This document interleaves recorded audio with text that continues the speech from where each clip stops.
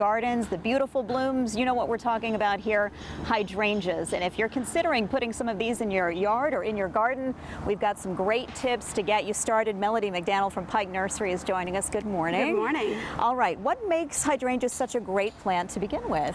They are perfectly happy here in our southern gardens. So they like the acidic soil that we have here naturally, which makes them a great plant for the shade. Right, and that's what a lot of people think of, being good shade plants, but there are so many options, right? There are. We're going to talk about that. that. We've got some different options. So the first one, and the one that you've already alluded to, is the most famous of all and most popular, the mop head hydrangeas. So beautiful. It doesn't even look real, but it is, right? It is real. And you'll find a lot of these, this one down front in a floral department section. They are Hydrangea macrophyllus. They can go out into your garden, and they will live year after year. If you happen to get one in the fall or during the Christmas season, they'll be forced to bloom. You want to wait until spring to put them out. Never put them out because they've been greenhouse grown. But this time of year, it's perfect to put any of those out. Okay.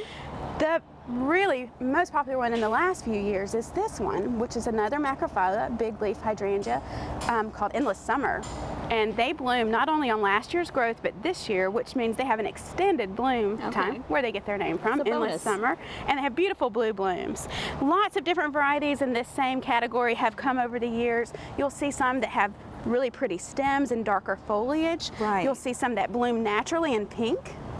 And speaking of pink, you know that you can change the color of your Hydrangea macrophyllus. I did not know that. How do you do that? You can do that based on the soil. So I mentioned earlier, we have naturally acidic soil here, so they tend to be blue in our area, where in some areas in the north they tend to be pink. Right. So if you add some sulfur, if you add a little bit more acidity to your soil, they'll continue to be blue, even purple. Okay. If you add lime and get them a little bit less acidic, they'll start to turn pink. It takes a little longer to get them to turn pink here because we have the naturally acidic soil. That was my question. It's not something that's almost instantaneous. Absolutely. You can't snap your fingers and make it happen. It takes That's a little interesting. time. Yeah. So you've got options for shade, for sunshine. I mean, the difference in the leaves between these things alone is pretty remarkable. That's an oak leaf hydrangea, and you can see where it gets its name. It has the bigger blooms that are white, and it can take about part sun. And then we do have some, the paniculatas, which haven't started blooming, they bloom a little bit later, that are perfectly at home in full sun, have big blooms. You'll have to check out one called Vanilla Strawberry. Okay. It starts out with a massive bloom that's white and fades to pink. Really pretty. That sounds fantastic. All right, and the perfect time of year to get it done. That's right. All right, thank you, Melodie.